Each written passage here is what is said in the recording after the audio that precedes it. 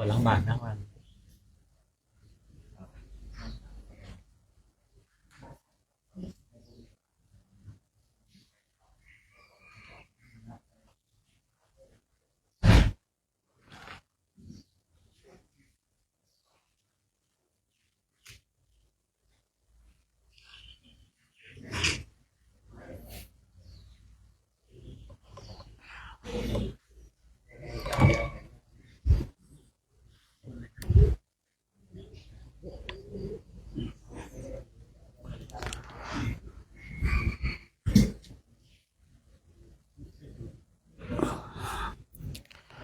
นะวันนี้เราก็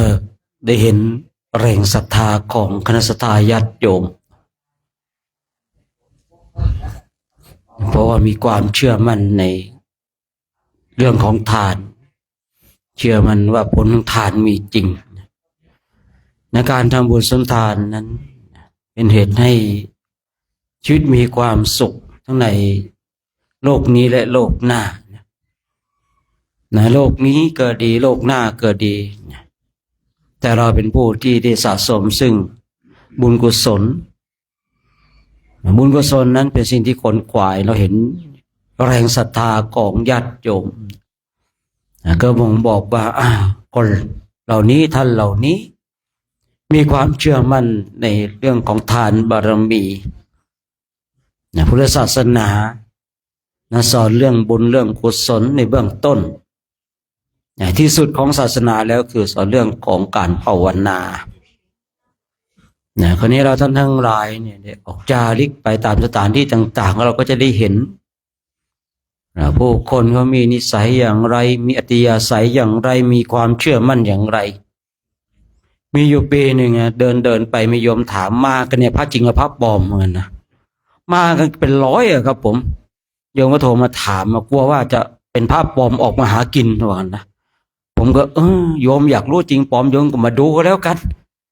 อาตมาไม่มีสิทธิ์จะไปตัดสินว่าเป็นพระจริงพระปลอมโยมมาเห็นมาดูก็แล้วกันเนี่ยเขากลัวเป็นพระปลอมนะมากันเป็นร้อยเนาะนี่ว่าเป็นพระปลอมมาหากินผมก็คิดเนาะโอ้พระปลอมโกนหัวปงโกนคิ้วร้อยนี่ก็รวมกลุ่มกันได้ขนาดนี้ก็ไม่ธรรมดาเนาะยิ่งกว่าโจร500อีกนะในสมัยครั้งพุทธกาลเราก็ได้ยินบ่อยๆนะครับว่าโจร500นะที่แรกผมก็คิดว่าคำว่าโจร500เหมือนกับมันเยอะครับเขาเลยนับขี้เกียจนับเขาเลยว่าโจร500ให้เยอะไว้ก่อนแต่พอได้ไปอินเดียมันเป็น500จริงๆครับจริงๆมันเกิน500อีกนะเพราะว่าไปเห็นแล้วเนี่ยไอ้คำว่าโจร500ในประเทศอินเดียเนี่ยมัน500จริงๆครับเพราะมันเยอะมากครับบางทีทั้งหมู่บ้านเลยนะท่านทั้งหลายทั้งหมู่บ้านเลยนะที่เป็นโจรแต่ว่ามันไม่ปล้นในหมู่บ้านของตนเองไม่ปล้นอีกที่อื่นนะเมื่อก่อนไม่ได้ไปอินเดียคิดว่าโจร500นี่เป็นคำพูดที่บอกว่ามันเยอะไงจำนวนเยอะนะเพราะว่าจำนวนเยอะปุ๊บที่ไหนได้พอไปถึงอินเดียแล้วคำว่าโจร500เนี่ยชัดเจนเลยว่า500จริงๆนะครับเราเองเนี่ยบางทีมาจาริกเช่นนี้เห็นญาติโยมผู้มีจิตศรัทธามีความเลื่อมใสในประวัติพุทธศาสนาเนี่ยก็ทำให้เราท่านทั้งหลายเนี่ยมีกำลังในการขับเคลื่อนไปสู่จุดหมายปลายทางการที่เราไปพักตามสถานที่ต่างๆเนี่ยเป็นความโชคดีนะ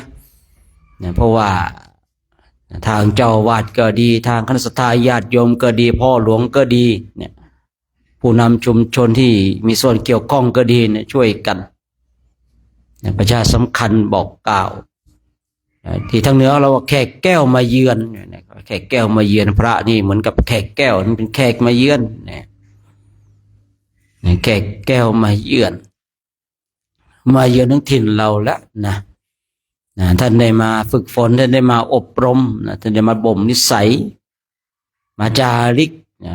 แต่ท่านก็จะไปต่อที่ประเทศอินเดียและเนปาลต่อนะคือท่านจะไปจาริกไปเดินธุดงค์ที่ประเทศอินเดียและเนปาลต่อแต่ตอนนี้อยู่ในช่วงการฝึกฝนอบรมญาติโยม ญาติโยมก็เป็นส่วนหนึ่งแห่งการจาริกของพระคุณเจ้านะญาติโยมมีก็กลัวนะต้องขออนุโมทนากับพ่อหลวงด้วยเนาะนะพ่อหลวงนี่นะกลัวคือ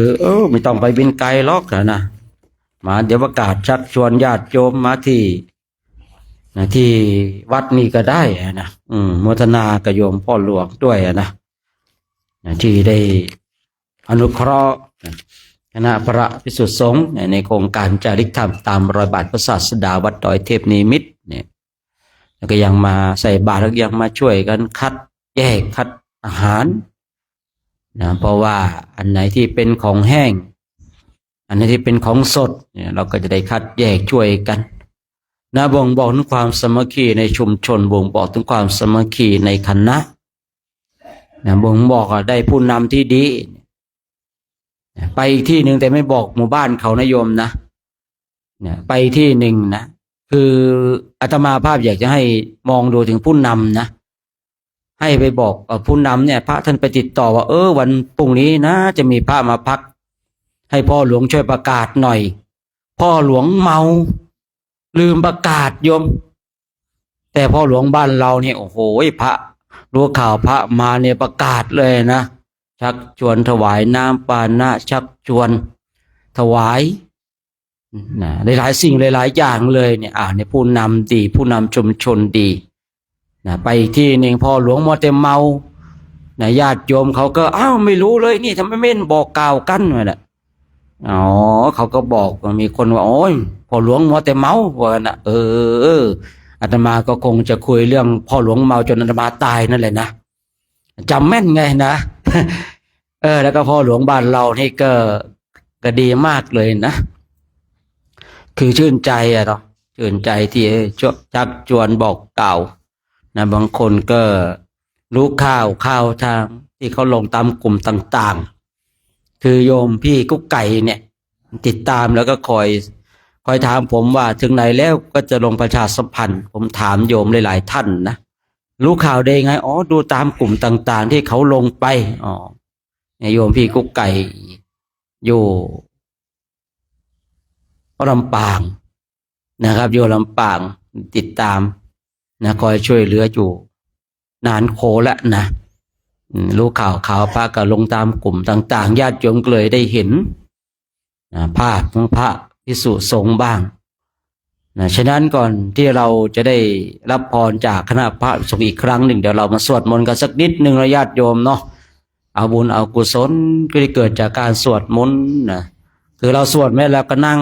ฟังทำจิตน้อมไปในเสียงสวดมนต์นะแต่เราก็ได้บุญเหมือนกันในญาติโยมเราก็ได้บุญได้กุศลเหมือนกันเดี๋ยวพระจะกระสวดมนต์พอสวดมนต์พระตักอาหารเสร็จพระก็จะได้ให้พรนะให้พรเสร็จพระฉันเสร็จเก็บบริการเก็บเต็นท์ก็ออกเดินทางต่อนะออกเดินทางต่อฉะนั้นเดี๋ยวเรามาร่วมกันทำวัดสวดมนต์กันนะญาติโยมเนาะ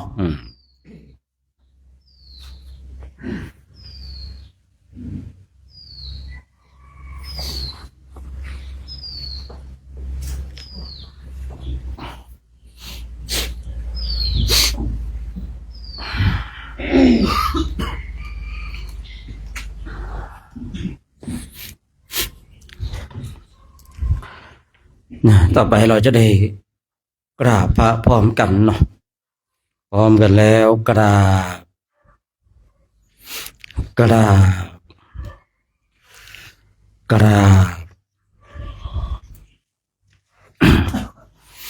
ปิดหนังสือไปหน้าที่2เนาะ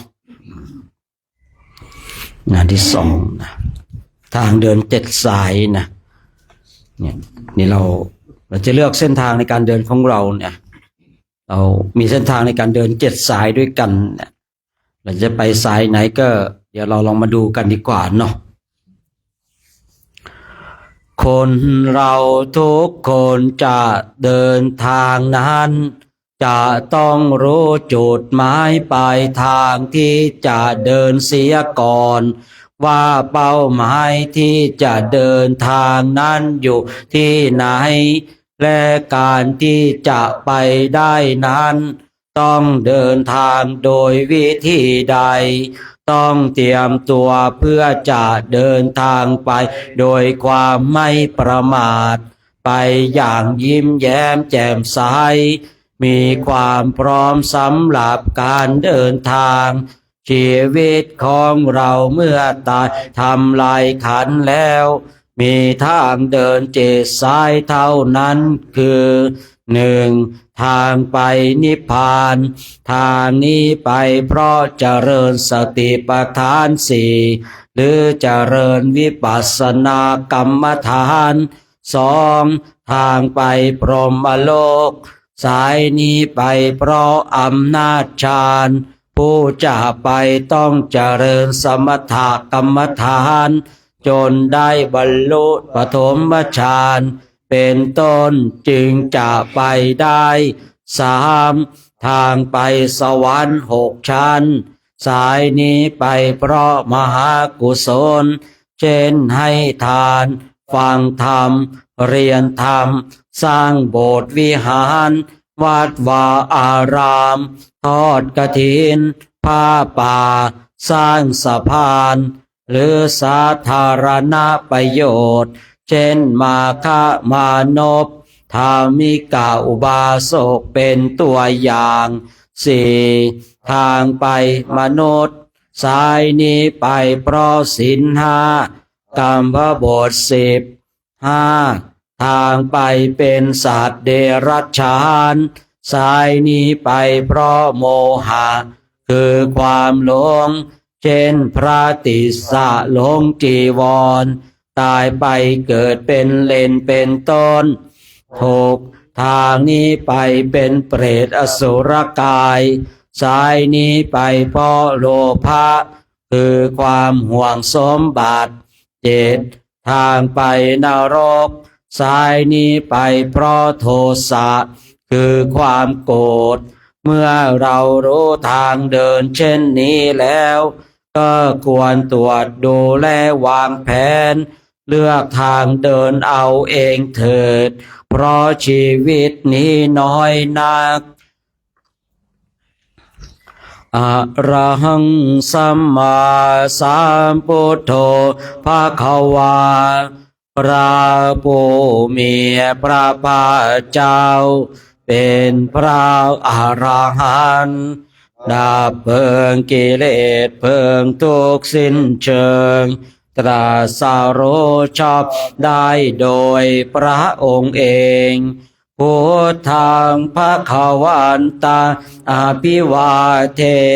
มิข้าพระเจ้าอภิวาทพระผู้มีพระภาคเจ้าผู้รู้ผู้ตื่นผู้เบิกบานกราบสวากขาโตภะคะวะตาธัมโมพระธรรมเป็นธรรมที่พระผู้มีพระภาคเจ้าตรัสไว้ดีแล้วธรรมังนามัสสามิข้าพระเจ้านมัสการพระธรรมกราบสุปฏิปันโนภะคะวะโตสาวกสังโฆพระสงฆ์สาวกของพระผู้มีพระภาคเจ้าปฏิบัติดีแล้วสังฆังนามามิข้าพระเจ้าน้อมพระสงฆ์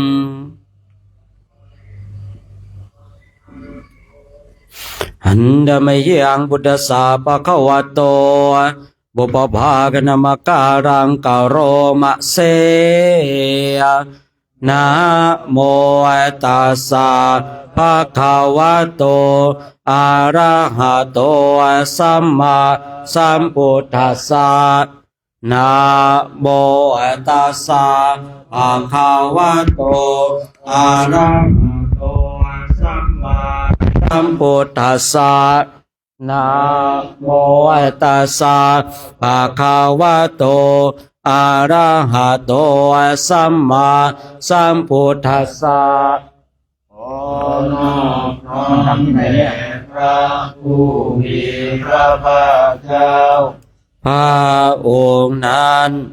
ซึ่งเป็นผู้ไกลจากกิเลสตรัสรู้ชอบได้โดยพระองค์เองเสียบสายไม่สุดนะ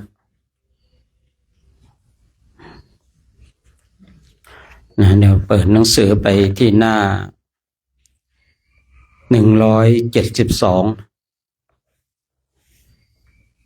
172นะ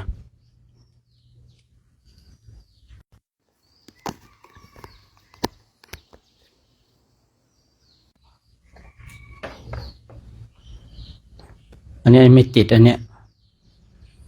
เปลี่ยนใหม่อะ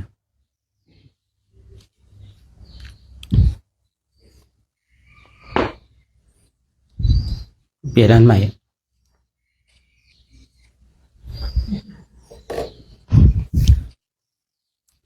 172นะอาทาสิเมอากาสิเมยาติมิตาสคาจาเมบุคคลมาระลึกอุปาราอันท่านได้ทำแก่ตนในการก่อนว่าผู้นี้ได้ให้สิ่งนี้แก่เรา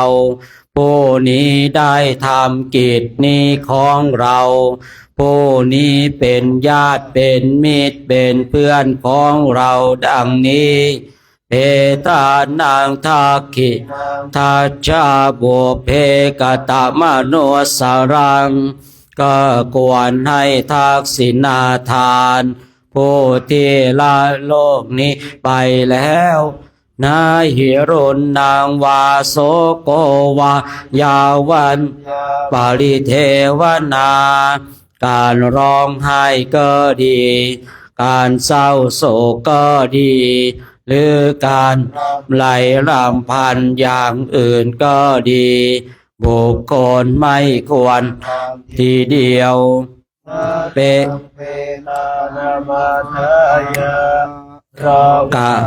ร้องไห้เป็นต้นนั้นไม่เป็นประโยชน์แก่ญาติทั้งหลายผู้ละโลกนี้ไปแล้วเอ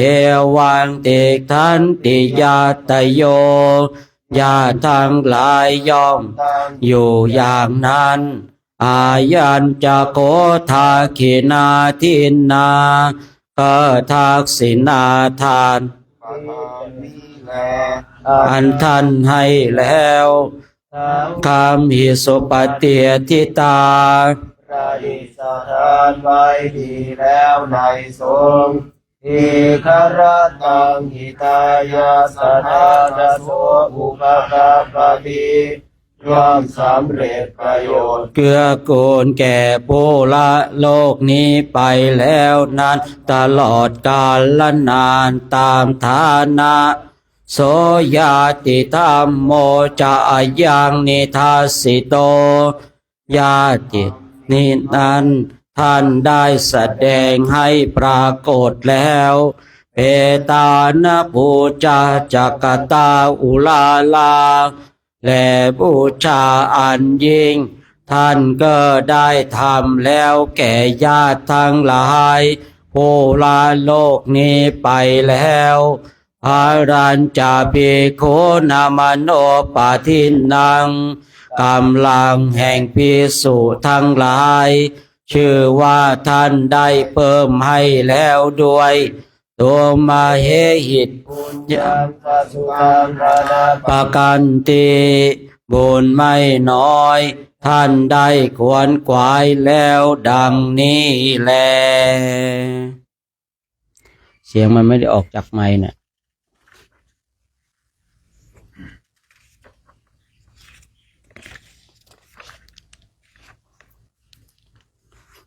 เนี่ยเราเปิดหนังสือไปที่หน้า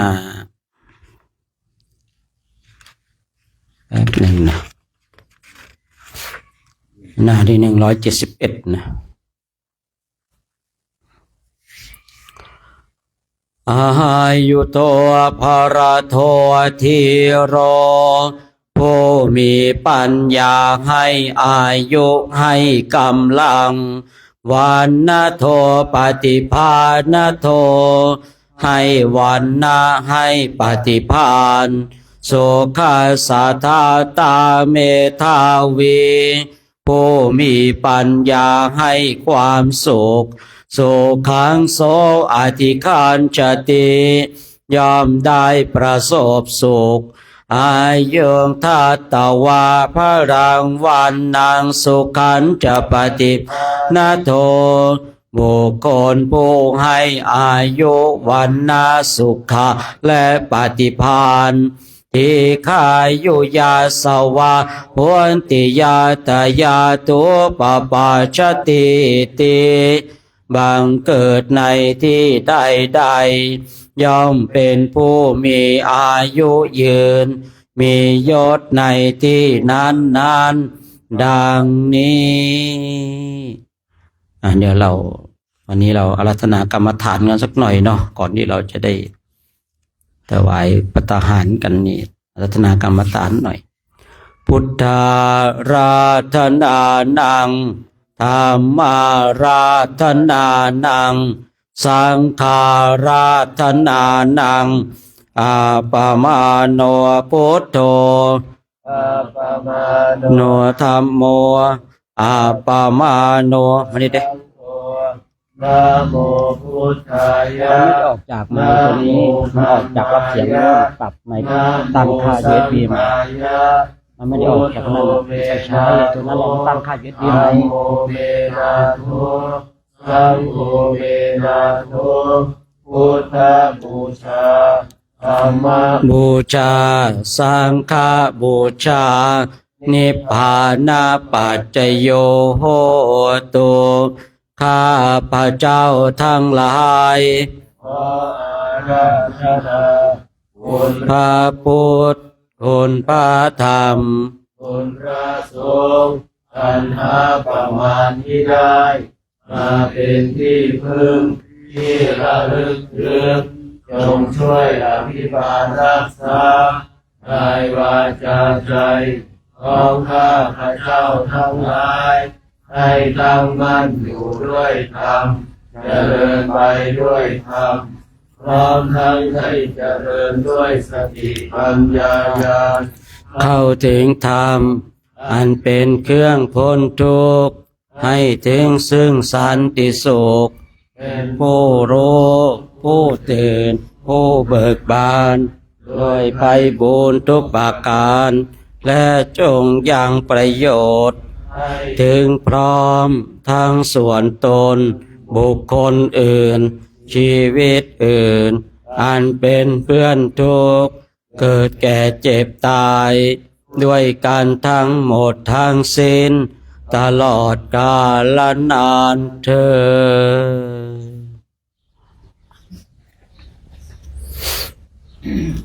ญเดี๋ยวเรานั่งภาวนากันสักแป๊บหนึ่งนะญาติโยมที่มาจากทางบ้านกันเนาะนั่งสงบสบายสักแป๊บหนึ่งนะก่อนที่จะได้รับพรจากคณะพระภิกษุสงฆ์นั่งเท้าขวาทับเท้าซ้ายมือขวาทับมือซ้ายยืดกายให้ตรงดำรงสติเฉพาะหน้าของเรานั่งภาวนากหลับตาทำกายสบายในวันนี้เรามีโอกาส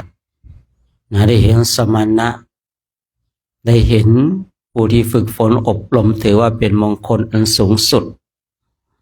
เราได้ถวายข้าวน้ำโภชนาอาหารถือว่าเป็นบุญเป็นกุศล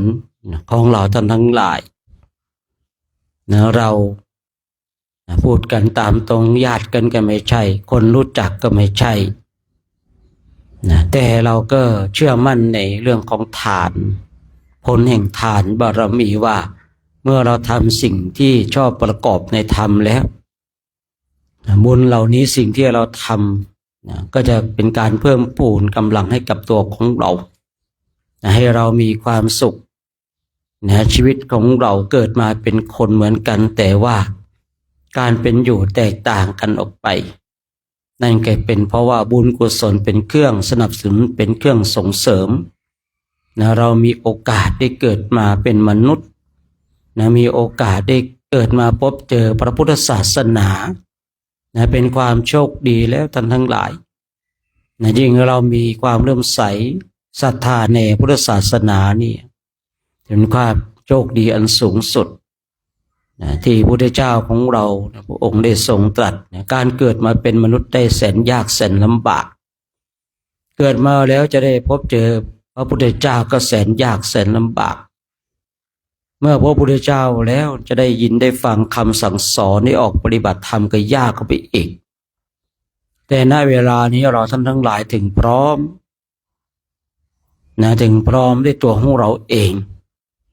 นะการที่เราถึงพร้อมด้วยตัวของเราเองนั้นแสดงว่าบุญสะสมมาดีมีคำกล่าวว่าถ้าถอยย้อนกลับไปในแสนกลับนะบุคคลหนึ่งบุคคลใดไม่เคยได้ยินได้ฟังคำว่าพุทโธไม่เคยได้ยินได้ฟังคำว่าพระพุทธเจ้าบุคคลเหล่านั้นนะจะไม่มีโอกาสได้มาเกี่ยวข้องแวะพระพุทธศาสนาเลยจะฟังหลักธรรมไม่เข้าใจนะจะได้ยินบทสวดแล้วเหมือนกับกลุ่มร้อนเร่าร้อนนะบางคนบางท่านเนี่ยถ้าถอยย้อนกลับไปในแสนกลับนะถ้าไม่เคยเนี่ยมีความเกี่ยวข้องกับพุทธศาสนาไม่เคยได้ยินได้ฟังคำว่าพุทโธนะคือเมื่อในชาติปัจจุบันนี้เกิดมาเป็นมนุษย์แล้วเนี่ยพอได้ยินบทสวดก็ดีหรือว่าได้ยินพระสงฆ์องค์เจ้าก็ดีเนี่ยเกิดอคติที่ว่าเข้าวัดไม่ได้มันร้อนในคำโบราณเขาบอกว่าเข้าวัดไม่ได้เลยมันร้อนเนี่ยเพราะอะไรถอยย้อนกลับไปในแสนกลับนี้คนเหล่านี้ไม่เคยไม่เคยจะทำบุญสุนทานไม่เคยที่จะได้ยินได้ฟังบทสวดมนต์ไม่เคยที่จะระลึกนึกถึงคุณของพระพุทธเจ้าคุณพระธรรมคุณของพระสงฆ์แต่เราท่านทั้งหลายเนี่ยเราเนี่ยถ้าถอยย้อนกลับไปในแสนกลับในแสนกลับเนี่ยเราเนี่ยเป็นผู้ที่โชคดีนะได้ยินได้ฟังมีความเชื่อมั่นในทานมีความเชื่อมั่นในทานมีความเชื่อมั่นว่าการที่เราให้ทานเนี่ยผลแห่งทานย่อมนำความสุขมาให้ณเวลานี้ที่พูดว่าเราโชคดีแล้วเรามีผู้รับวัตถุทานและเราก็มีวัตถุทานเช่นข้าวน้ำโภชนาอาหารความโชคดีของเราคือบางคนเนี่ยผู้พูดเองออกจาริกธุดงค์ไปทั่วไปตามสถานที่ต่างๆบางคนมีศรัทธาแต่ไม่มีวัตถุทานบางคนมีวัตถุทานแต่ไม่มีศรัทธาบางคนเนี่ยมีศรัทธาด้วยมีวัตถุทานด้วยแต่ไม่มีผู้รับวัตถุทานบางที่บางแห่งเนี่ยคนก็อยากจะทำบุญอยากจะทำบุญด้วยข้าวน้ำโภชนาอาหารแต่ไม่มีพระถามว่ามีศรัทธาไหมมีศรัทธาถามว่ามีทรัพย์ไหมมีทรัพย์แต่ไม่มีคนรับเช่นพระภิกษุสงฆ์ผู้เป็นเนื้อนาบุญแต่บางคนเนี่ยบางคนเนี่ยมีศรัทธาแต่ไม่มีทรัพย์โอ้เจอบ่อยเหลือเกินนะที่เราจะได้ยินคำบ่อยๆว่าโอ้ถ้าฉันรวยนะจะทำนู่นทำนี่เนี่ยเรียกว่าคนมีศรัทธาแต่ไม่มีทรัพย์แต่ก็มีบุคคลที่รับวัตถุทานแต่ตนเองไม่มีทรัพย์เมื่อตนเองไม่มีทรัพย์ก็ไม่มีโอกาสที่จะได้สะสมซึ่งบุญกุศลมีศรัทธาแต่ไม่มีทรัพย์มีบุคคลที่รับวัตถุทานแต่ณวันนี้ความโชคดีของเราปรากฏขึ้นแล้วเรามีศรัทธาเรามีวัตถุทานเรามีผู้ที่รับวัตถุทานนั้นคือพระภิกษุสงฆ์ตัวศรัทธาทำให้เราขนขวายที่จะเตรียมข้าวน้ำโภชนาอาหารวัตถุทานคือข้าวน้ำโภชนาอาหารที่เราได้เตรียมมาเนี่ยเนื้อนาบุญผู้ได้รับวัตถุทานเราก็มีครบบริบูรณ์สมบูรณ์ถือว่าเราเป็นบุคคลที่โชคดีแต่เราอย่าทำลายความโชคดีของเรา อย่างที่ผู้พูดกล่าวว่าผู้พูดเองจาริกธุดงค์ไปทั่วเนี่ยไปบางที่เนี่ยเขามีศรัทธามีทรัพย์แต่เขาเนี่ยหาผู้บุคคลเนี่ยที่จะรับวัตถุทานไม่ได้อย่างนี้ก็มีฉะนั้นเรามีโอกาสก็ขนขวายฝึกฝนอบรมทำจิตใจของเราให้มีความเลื่อมใสนะศรัทธาและตั้งมั่นในทานที่เราได้กระทำนะเพราะสิ่งเราเนี้ยเป็นความโชคดีนะยิ่งในสมัยครั้งพุทธกาลเนี่ยบางทีบางคนเนี่ยหาวัตถุทานไม่ได้ตนเองก็มีศรัทธานานเหลือเกินที่จะได้พบพระภิกษุสงฆ์เนี่ยผู้พูดเองชอบใจนะอ่านเจอบางวันเจอพระไม่มีอาหารถวายบางวันมีอาหารแต่ไม่เจอพระนะเพราะว่าในสมัยครั้งพุทธกาลเนี่ยพระก็ไม่ได้อยู่เป็นที่เป็นทางเป็นหลักเป็นแหล่งแบบนี้เนี่ยแต่ก็จาริกไปเรื่อยนะจาริกไปเรื่อยคือไม่มีวัดวาที่อยู่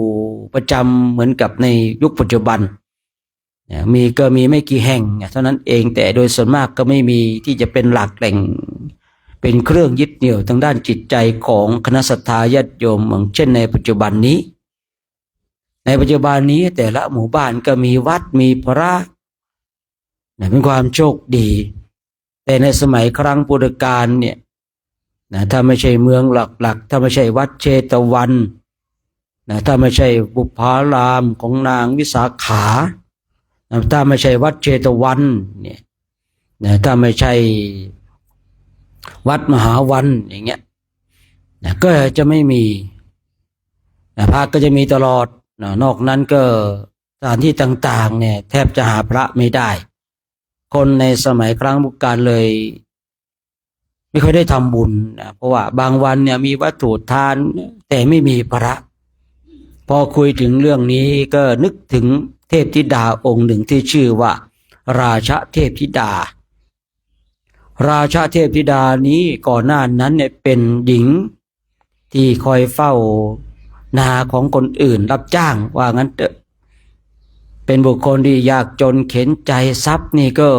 ยากเหลือเกินขนาดในวันนั้นพระมหากัสสปะออกจากนิโรธสมาบัติ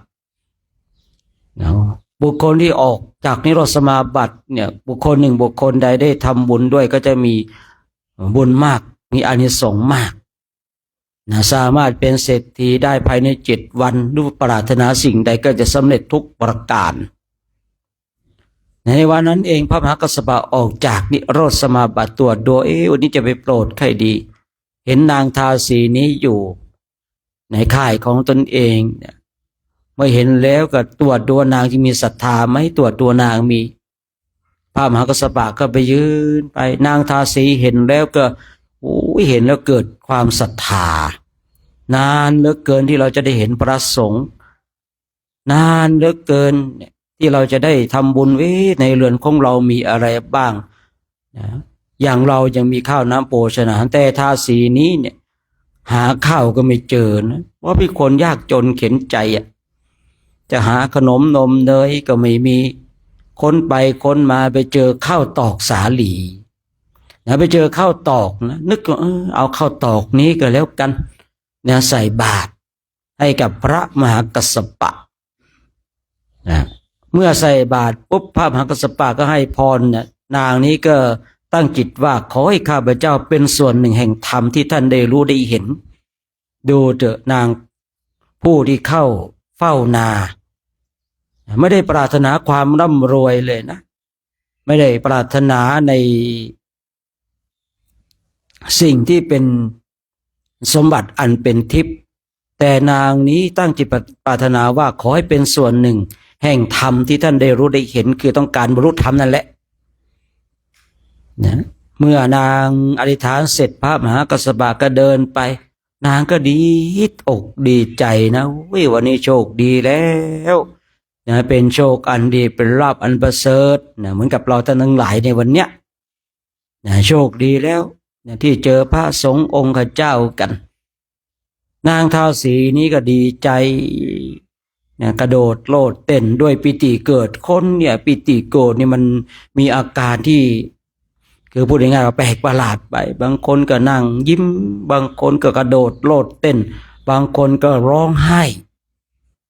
อาการของปีติของคนเราเป็นชนิดบังเอิญวันนั้นเนี่ยงูมันออกมาเห็นนางโลดเต้นก็กัดฉกเลยนางก็ตายนางตายไปพร้อมกับจิตที่มีความเลื่อมใสในทานของตนเองที่ได้ทำกับพระมหากัสสปะที่พระพุทธเจ้าพระองค์ทรงได้ตรัสว่าจิตดวงสุดท้ายถ้าตายไปด้วยบุญกุศลก็จะไปสวรรค์นางเนี่ยมีความเลื่อมใสในทานที่ตนเองได้ทำกับพระมหากัสสปะจึงไปเกิดเป็นเทพธิดาที่ชื่อว่าราชเทพธิดาไปเกิดบนสวรรค์แล้วเดี๋ยวโอ้โหมีวิมานมีเครื่องประดับวิมานหรือบ้านเราในโลกมนุษย์เรียกเฟอร์นิเจอร์มากเหลือเกินเป็นทองคำบ้างเป็นเงินบ้างนางก็ตรวจดูเรานี่มาทำบุญอะไรเนาะจึงได้มีสมบัติอันเป็นทิพย์เช่นนี้นางก็ตรวจดูว่าได้ทำบุญกับพระมหากัสสปะแม้ขนาดเราทำเพียงครั้งเดียวเท่านั้นเราตายมายังเกิดเป็นเทพธิดาแล้วมีสมบัติอันมากเหลือเกินไม่ได้และประมาทไม่ได้นางก็เลยลงมาอุปถากคอยกวาดลานวัดคอยตั้งน้ำใช้น้ำฉันให้กับพระมหากัสสปะวันแรกพระมหากัสสปะก็คิดว่าเป็นข้อวัดปฏิบัติของพระหนุ่มเนนน้อยวันที่สองก็คิดเช่นนั้นพอวันที่สามได้เห็นได้ยินขอประทานได้ยินเสียงไม่กวาดดังพระมหากัสสปะก็ถามนั่นใครนางเทพธิดาว่าอุปถายิกาของท่านชื่อว่าราชเทพธิดาพระมหากัสสปะก็ตรวจดูอุปถายิกาหรือโยมอุปถาของเราชื่อนี้ไม่มีนี่ก็เลยถามกันไปถามกันมาผลสุดท้ายพระมหากัสสปะก็บอกว่าต่อไปอย่าทำเช่นนี้อีกสิ่งที่ทำมาแล้วก็ให้มันผ่านไปต่อไปอย่าทำเช่นนี้อีกเพราะว่าต่อไปถ้ามาทำเช่นนี้ชนทั้งหลายในรุ่นต่อไปในอนาคตจะกล่าวได้ว่าพระมหากัสสปะนั้นมีเทพธิดาอุปถากดูคุณธรรมของพระมหากัสสปะนะเราท่านทั้งหลายฉะนั้นย้อนกลับมาในเรื่องของนางราชเทพธิดาเนี่ยคือตอนเป็นมนุษย์เนี่ยยากเหลือเกินที่จะได้ทำบุญสุนทานพอตนเองได้ทำบุญสุนทานก็ตั้งจิตอย่างถูกต้องและก็มีความเลื่อมใสในทานที่ตนเองได้กระทำเมื่อตนเองตายไปแล้วก็ได้ไปเกิดอยู่บนสวรรค์อย่างเราท่านทั้งหลายยิ่งโชคดีกว่านางทาสีนี้ที่เรายังมีทรัพย์สมบัติที่จะเปลี่ยนจากทรัพย์ภายนอกให้เป็นทรัพย์ภายในเพราะว่าทรัพย์ภายนอกนั้นมันไม่จีรังยั่งยืนแต่ทรัพย์ภายในมันก็จะจีรังยั่งยืนอยู่กับเรานานแสนนานจนกว่าเราจะเข้าสู่มรรคผลนิพพานมีคำกล่าวคำหนึ่งว่าบุญไม่เคยทิ้งเรามีแต่เราเท่านั้นที่จะทิ้งบุญคนมากมายทิ้งบุญเมื่อคนมากมายทิ้งบุญคนนั้นก็ไม่มีบุญบุญก็จะทิ้งคนนั้นเหมือนกันบุญก็จะติดตามตัวเราไปทุกภพทุกชาติจนกว่าเราจะเข้าสู่มรรคผลนิพพานโชคดีแล้วท่านทั้งหลายที่เราได้มีเนื้อนาบุญเช่นพระภิกษุสงฆ์โชคดีแล้วที่เรามีศรัทธามีความเลื่อมใสในทานทั้งหลายโชคดีแล้วที่เราได้มีทรัพย์ที่จะนำมาเป็นเครื่องหนุนนำเราหรือว่าทรัพย์นั้นมาฝากไว้ในพระพุทธศาสนาเรามีโอกาสเราก็ต้องขนขวายไปในการทำบุญสุนทานมีมากก็ทำมากมีน้อยก็ทำน้อยไม่มีก็สาธุกับบุญทั้งหลายที่บุคคลอื่นทำไว้ชอบแล้วฉะนั้นในวันนี้ผู้พูดเองก็ขออนุโมทนาสาธุการเนาะให้เราท่านทั้งหลายทำความสึกตัวทั่วพร้อมน้อมจิตน้อมใจจิตที่เป็นบุญเป็นกุศลจะได้ร่วมกันแผ่เมตตาให้กับ สรรพสัตว์ทั้งหลายที่เป็นเพื่อนทุกข์เกิดแก่เจ็บตายของเรานะ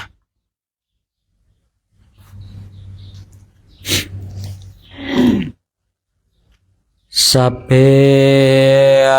สัตตาอาเวราโห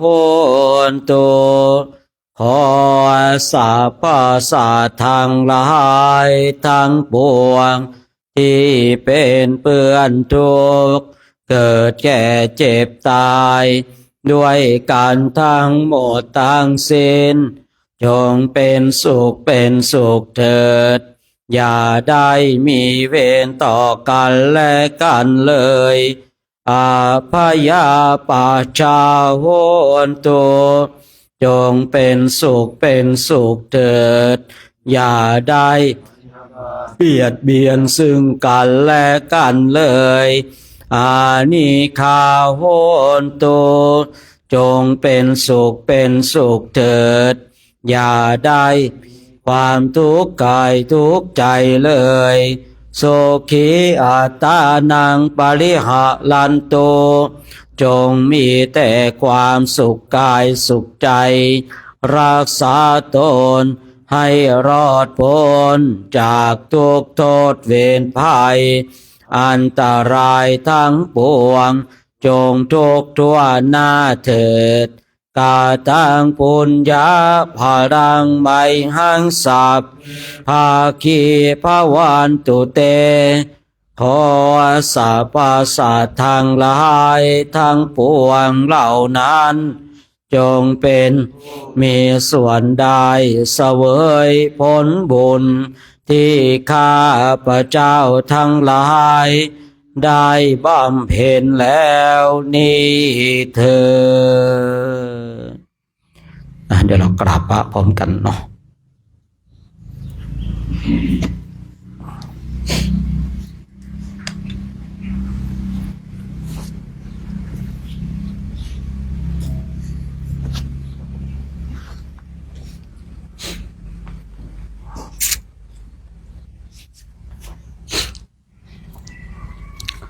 อะระหังสัมมา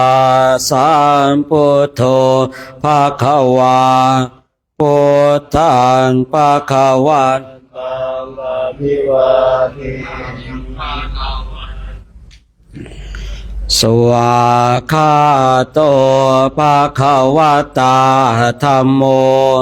ธัมมังนะมัสสามิสุปฏิปันโนภะคะวะโตสา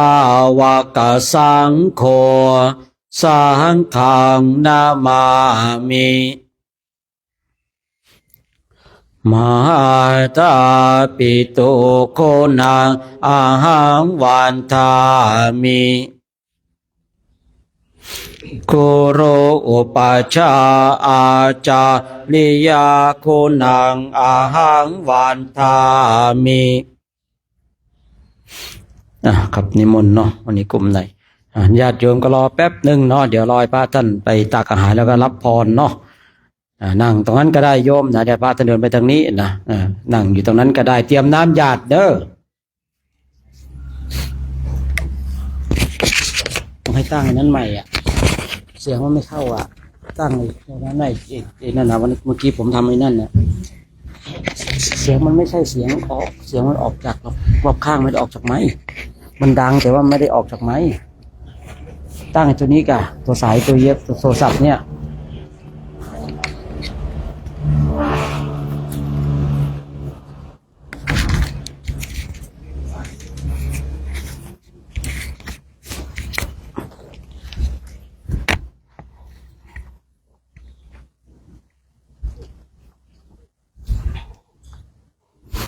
เอาไงตะเกยเขาก็ทิ้งไปซะแล้วเอาตะเกยมาทิ้งแล้วก็นั่นนะ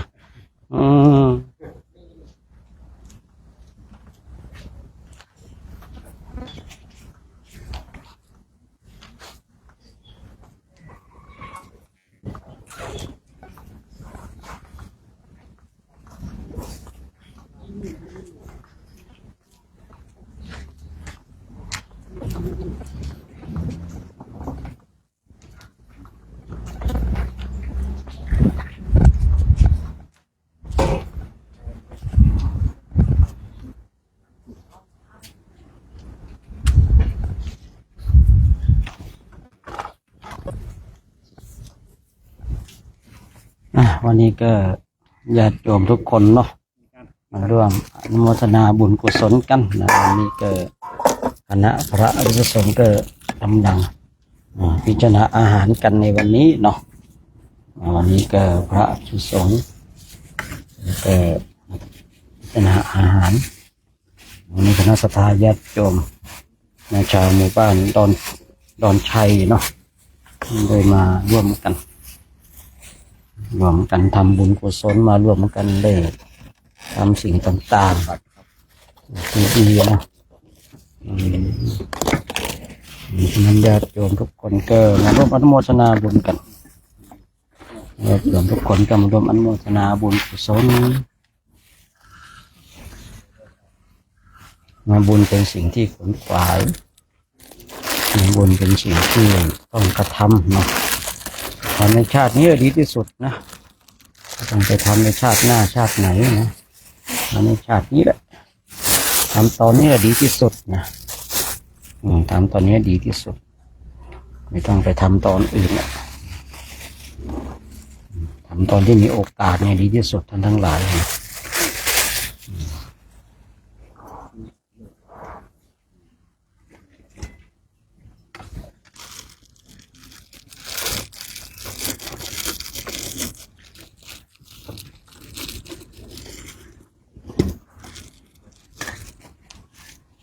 อย่างว่านี่กระเป๋าครับ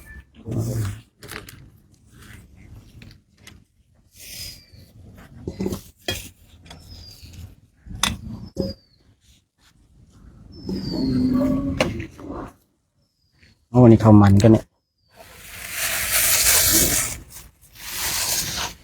อยากเห็นก็โมทนาบุญกันนะวันนี้เนาะโมทนาบุญกัน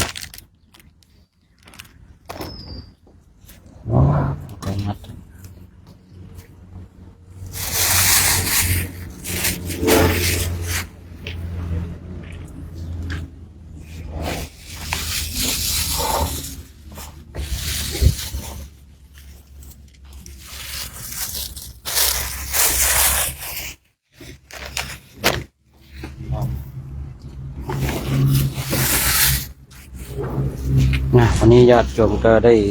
มาร่วมโมทนาบุญกันตอนนี้คณะพระอริยสงฆ์ก็กำลังตักอาหารกันกำลังตักอาหารกำลังพิจารณาอาหารกัน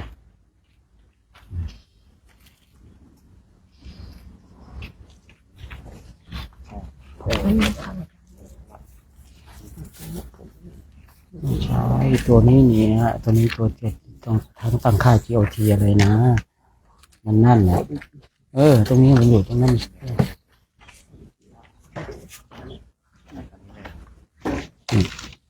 ก็บอกให้ตั้งเลยตอนนั้นเสียบตรงนั้นนั่น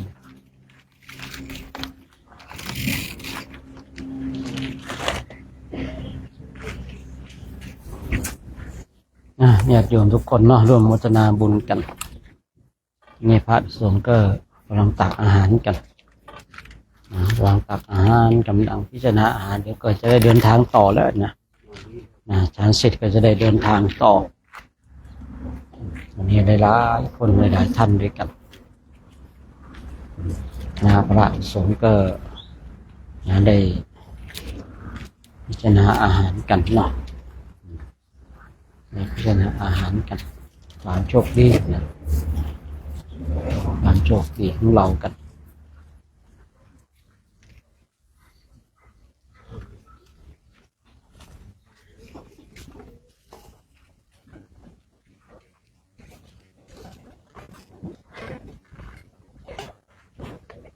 นี่ทำมาแล้วเนี่ยดีสาธุ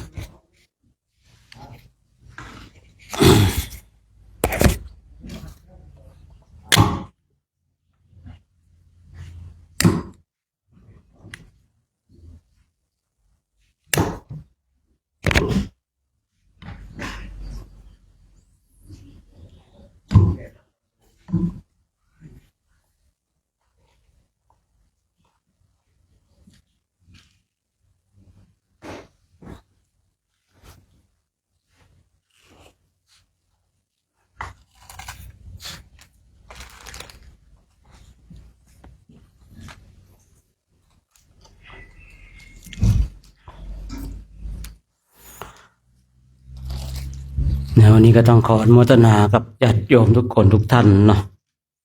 วันนี้อามาก็ตามมาอีก1 วันเนาะโอ้ตามมาหลายวันเลยนะดีใจนะตามมาตั้งแต่นู้นในตัวเมืองเชียงใหม่หรือว่าชายโยเนาะจะจำพักในป่าช้านะคนควายในบุญนะคนควายในบุญกันทุกคนเนาะคนขวายในปุญคนขวายในกิจที่ชอบประกอบในธรรมกันนะมีโอกาสก็เรียกคนขวายนะตอนมีชีวิตอยู่ในญาติโยมนะญาติโยมก็เตรียมน้ำไว้เด้อเดี๋ยวพระท่านจะได้ให้พรนะเตรียมน้ำจะได้กรวดน้ำกันหยาดน้ำกันเราจะได้หยาดน้ำให้ญาติของเราที่ล่วงลับไปแล้วให้มาร่วมอนุโมทนาบุญกุศลที่เราได้ทำบุญกุศลกันไม่ได้เตรียมมากับรถน้ำหลังรถข้างๆรถ6 ล้อได้นะอนุญาตนะญาติจุน้ำเพราะว่าการกรวดน้ำเนี่ยการหยาดน้ำเนี่ยเป็นการอุทิศบุญนะกุศลให้กับญาติของเราที่ล่วงลับไปแล้วเนาะ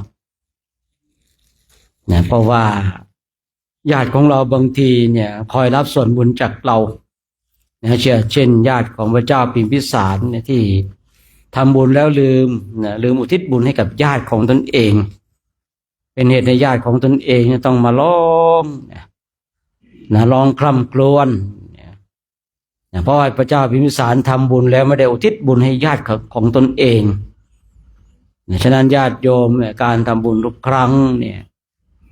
อย่าลืมญาติของเราที่ล่วงลับไปแล้วนะ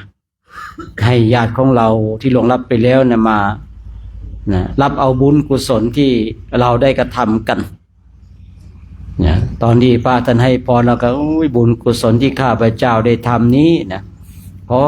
อุทิศให้กับญาติของข้าพเจ้าที่ล่วงลับไปแล้วจะชาติไหนก็ตามอย่าเอาแค่ชาติเดียวนะญาติโยมนะคือเราต้องเอาตั้งแต่ทุกชาติเลยญาติของเราถ้าเราเอาแค่ชาติเดียวเนี่ยอย่างสมมติว่าญาติของข้าพเจ้าที่ในชาตินี้เนี่ย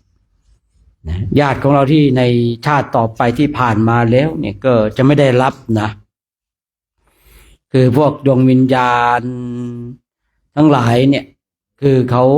พูดง่ายๆว่าถ้าเราไม่อุทิศบุญให้เขาเขาก็รับไม่ได้อย่างสมมติว่าข้าพเจ้าเขาอุทิศบุญให้แก่ญาติของข้าพเจ้าในชาตินี้เนี่ยญาติของเราในชาติต่อไปไม่สามารถที่จะรับได้นะเพราะว่าคำพูดของเราเหมือนกับเป็นกำแพงกั้นฉะนั้นเราท่านทั้งหลายเนี่ยเวลาที่จะอุทิศบุญเนี่ยให้กับญาติของเราก็ญาติของข้าพเจ้าทั้งหมดเนี่ยไม่ว่าจะกี่ภพกี่ชาติเนี่ยเราก็อุทิศให้เขาไปอย่าไปเจาะจงว่าเฉพาะในชาตินี้นะถ้าเราเจาะจงในชาตินี้ในญาติของเราในชาติต่อไปที่ผ่านมาเนี่ยต่อมาที่ผ่านไปตกลงต่อมาหรือต่อไปกันไม่รู้นะฉะนั้นเนี่ยเราท่านทั้งหลายเนาะอย่าลืมหยาดน้ำอุทิศบุญไปญาติของข้าพเจ้าในชาติทั้งหลายที่เป็นญาติของข้าพเจ้าจงมารับบุญกุศลที่ข้าพเจ้าได้ถวายข้าวน้ำโภชนาอาหารกับพระภิกษุสงฆ์นี่ในโครงการจาริกตามรอยบาทพระศาสดาวัดดอยเทพนิมิตรนำโดยพระเดชพระคุณหลวงพ่อในพระครูธีรธรรมปราโมทย์เนี่ยเราจะลืมอุทิศนะเพราะว่าตอนนี้เรามีบุญแล้วท่านทั้งหลายตอนนี้ขึ้นชื่อว่าเราเป็นผู้ที่มีบุญแล้วบุญที่เกิดจากการถวายข้าวน้ำโภชนะอาหารถวายน้ำปันนะถวายจตุปัจจัยทั้งหลายเนี่ยตอนนี้ขึ้นชื่อว่าเราเป็นผู้มีบุญแล้วเมื่อเราเป็นผู้มีบุญแล้วเราก็ต้องอุทิศบุญกุศลให้กับญาติของเราญาติของเราที่ไม่ว่าจะเป็นชาติไหนๆก็ให้เขามาร่วมอนุโมทนาบุญร่วมรับบุญท่านทั้งหลายเคยหรือเปล่าบางทีเคยได้ยินเรื่องเล่าว่าคือคนเราเนี่ยไม่เคยทำบุญพอตายไปแล้วเนี่ยไปเห็นอาหารเต็มไปหมดเลยแต่ก็กินไม่ได้เพราะอะไรนะอันนั้นไม่ใช่ของตนเองนั่นไม่ใช่ของตนเองฉะนั้นเราจะต้องทำด้วยเนาะเมื่อทำแล้วเราก็ต้องอุทิศบุญกุศลให้กับญาติของเราอย่างที่ได้กล่าวกับญาติของพระเจ้าพิมพิสาร พระเจ้าพิมพิสารเนี่ยลืมอุทิศบุญให้ญาติโยมคือทำบุญทำกุศลแล้วลืมอุทิศบุญให้นะเราก็อย่าลืมทุกครั้งที่เรามีโอกาสได้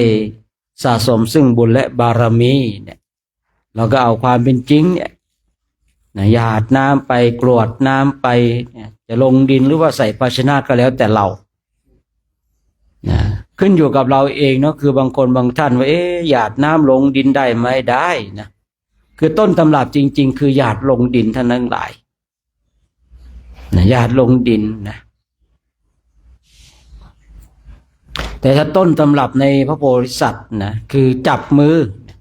นะจับมือแล้วก็เอาน้ำลดลงไปนะน้ำลดลงไปแต่ของเรานี่ก็จะเอาลงดินเลยก็ได้หรือว่าจะเอาภาชนะรองรับก็ได้ทีนี้บางคนบางท่านเนี่ยว่าการกรวดน้ำเนี่ยน้ำทั่วไปได้ไหมน้ำยิ่งสะอาดยิ่งดีญาติโยมภาชนะที่เราเอารองรับน้ำเนี่ยต้องสะอาดนะคือต้องวงเล็บเลยต้องสะอาดน้ำต้องสะอาดถ้าเราหาภาชนะอันสะอาดไม่ได้ก็กรวดลงดินหยาดลงดินดีกว่านะถ้าเราหาน้ำที่สะอาดไม่ได้ก็เอาน้ำในใจของเราเนี่ยนะแต่ถ้าเราหาน้ำที่สะอาดได้เราก็เอาน้ำนั้นนะแต่ถ้าหาน้ำสะอาดแล้วก็เอาน้ำที่อยู่ในใจของเราเนี่ยแล้วการกรวดน้ำไปหยาดน้ำไปก็ภาชนะที่รองรับน้ำเนี่ยญาติโยมมันเหมือนแค่เราคุยง่ายๆว่าอาหารจะดีขนาดไหนแต่แม่จานสกปรกชามสกปรกเนี่ยคนกินมันกินอร่อยหรือเปล่าโยมคิดตรรกะง่ายๆนะว่าอาหารเนี่ยโอ้โหอาหารดีเหลือเกินแต่จานชามเนี่ยสกปรกพอตักอาหารใส่ชามจานนั้นก็ไม่อยากจะกินแล้วใช่หรือเปล่าก็ไม่อยากจะกินแล้วแต่ถ้าว่าอาหารดีนะจานชามสะอาดแม่ก็อยากจะฉันไม่อยากจะกินแล้วอร่อยแน่นะเหมือนกันไอการที่เราเนี่ยหยาดน้ำลงไปภาชนะของเราต้องสะอาดเพราะเรากำลังอุทิศบุญกุศลให้กับญาติของเรานะเราไม่ได้ไปเทลงไปเพื่อให้สรรพสัตว์ทั้งหลายเนี่ยมาอยู่เนี่ยนะบางทีสัตว์ทั้งหลายมันชอบน้ำสกปรกเนี่ยเนาะชอบสถานที่สกปรกอย่างเงี้ยฉะนั้นภาชนะที่รองรับน้ำที่เกิดจากการที่เราหยาดลงไปเนี่ยคือถ้าเราหาสะอาดไม่ได้ก็หยาดลงดินเลยญาติโยมนะหยาดลงดินเลยนะถ้าเราหาได้เราก็เอานะแต่ตรงนี้ขึ้นอยู่กับความคือสะดวกของเราบางทีเราไม่สามารถจะหยาดลงดินได้เราก็หาภาชนะที่สะอาดมารองรับน้ำที่เราหยาดลงไปกรวดลงไปนะแต่วันนี้เราก็เอาที่ญาติโยมสะดวกก็แล้วกันเนาะว่าเราจะกรวดน้ำลงดินเลยหรือว่ามีภาชนะรองรับนะแล้วก็ในตะคราวต่อไปเวลาที่เราไปทำบุญสุนทานนี่นะบางทีเนี่ยภาชนะรองรับนะหยาดน้ำเนี่ยบางทีมันเปื้อนสกปรกกันนะบางคราวพระพุทธเองก็ต้องโยมล้างก่อนไหมทำความสะอาดก่อนไหมนะเพราะเข้าใจในเรื่องนี้ว่าเอาอาหารอร่อยอาหารดีแต่ภาชนะคือจานชามของเราสกปรกเนี่ยไอคนกินไม่อยากกินหรอกครับผมนะยิ่งถ้าเราไปที่อื่นนะเห็นของคนอื่นเลยไปใหญ่เลยนะถ้าเป็นบ้านของตนเองนี่มันก็พอที่จะเข้าใจได้นะเข้าใจได้นะถ้าเป็นจานชามของเราเองเนี่ยมันสกปรกเนี่ยเราเคยใช้ประจำมีนิสัยเช่นนั้นแต่ถ้าเราเห็นของคนอื่นบ้านอื่นเนี่ยจิตหนึ่งที่มันคิดคือไม่อยากดีกว่าอย่างเงี้ยไม่อยากกินแล้วดูแล้วไม่น่าเลยนะคือค่าของตนเองสกปรกมันยังกินได้แต่ถ้าคนบ้านคนอื่นมันสกปรกเนี่ยมันรู้สึกมันยังไงก็ไม่รู้เนาะเหมือนกันท่านทั้งหลายไอ้การที่เราจะหยาดน้ำเนี่ยภาชนะรองรับเนี่ยมันต้องสะอาดนะถ้าหาสะอาดไม่ได้แล้วก็หยาดลงดินไปนะหยาดลงดินไปหรือว่าบางคนบางท่านนี่กลัวหยาดลงดินไปกลัวที่เจอสัตว์เล็กสัตว์น้อยตายก็หยาดลงมือให้มือของเราเป็นที่รองรับน้ำแล้วก็ให้มันไหลลงสู่พื้นดินอย่างนี้ยิ่งดียิ่งได้ ทำได้เหมือนกันนะทำได้เหมือนกันคราวนี้ขึ้นอยู่กับความสะดวกของญาติโยมเองว่าสะดวกแบบไหนแต่ทุกๆครั้งที่เราทำบุญอย่าลืมอุทิศบุญกุศลให้กับญาติของเราที่ล่วงลับไปแล้วนี่คือสาระสำคัญนะถ้าเราทำบุญแล้วเราไม่อุทิศบุญให้กับญาติของเราเนี่ยญาติของเราก็ไม่มีสิทธิ์ที่จะได้รับบุญที่เราทำนะเราอย่าคิดว่าโอ้ยญาติกันเมื่อเราทำบุญแล้วเขาคงได้รับส่วนบุญคิดอย่างนี้ไม่ได้นะเราจะต้องอุทิศบุญคือถ้าเราเจาะจงบางทีเราเจาะจงต้องการบุญกุศลนี้ให้กับคนนั้นคนนี้เขาเรียกว่าอุทิศบุญเพื่อการเจาะจงทีนี้เพื่อการเจาะจงเนี่ยอย่างสมมติว่านายหนึ่งตายอย่างเงี้ยคงไม่มีใครชื่อนายหนึ่งเนาะขออุทิศส่วนบุญส่วนกุศลให้นายหนึ่งคือนายหนึ่งก็ได้คนเดียวนะนายสองนายสามไม่ได้นะแต่ถ้าเราอุทิศบุญขอให้ญาติอุทิศบุญกุศลนี้แก่ญาติของข้าพเจ้าตั้งแต่อดีตจนปัจจุบันเนี่ยญาติของเราก็จะได้รับได้เฉพาะญาติของเรานะคือเราจะต้องดูว่าเราจะเฉพาะเจาะจงหรือว่าเหมารวมไปเลยขึ้นอยู่กับตัวของเราเองก็ถ้าพูดในคำปัจจุบันก็เอาที่สบายใจเลยก็สามารถที่จะทำได้เนาะว่าเราอุทิศบุญให้กับนายหนึ่งคนเดียวนายสองนายสามห้ามมาเอาเนี่ยไม่อุทิศบุญให้นะไม่อุทิศบุญให้แต่ถ้าว่าเราบอกว่าข้าพเจ้าขออุทิศบุญกุศลให้กับญาติของข้าพเจ้าตั้งแต่มาผ่านมาในอดีตจนปัจจุบันแบบนี้ญาติของเราที่ล่วงลับไปแล้วไม่ว่าชาติไหนๆเขาก็จะได้บุญได้กุศลเนาะฉะนั้นญาติโยมไปทำบุญกุศลที่ไหนก็อย่าลืมอุทิศบุญกุศลให้กับญาติของเราที่ล่วงลับไปแล้วอย่างในวันนี้เองก็ตามอาตมาภาพเองผู้พูดเองในนามตัวแทนสงฆ์ก็ต้องขอกราบขอบพระคุณ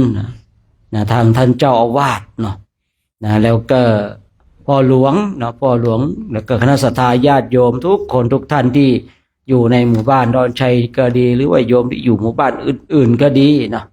ที่ได้มาร่วมสร้างบุญบารมีอาตมาภาพก็ขออ้างอิงคุณพระศรีพระรัตนตรัยจงปกปักรักษาท่านเจ้าภาพทุกคนทุกท่านที่อาจจะไม่ได้เอ่ยรายชื่อรายนามไม่ได้เอ่ยก็ขอให้ท่านทั้งหลายจงมีความสุขมีความสงบมีความร่มเย็นคือสิ่งประการใดเป็นไปในชอบประกอบในธรรมแล้วก็ขอให้สิ่งนั้นจงสำเร็จจงสำเร็จจงสำเร็จด้วยเถิ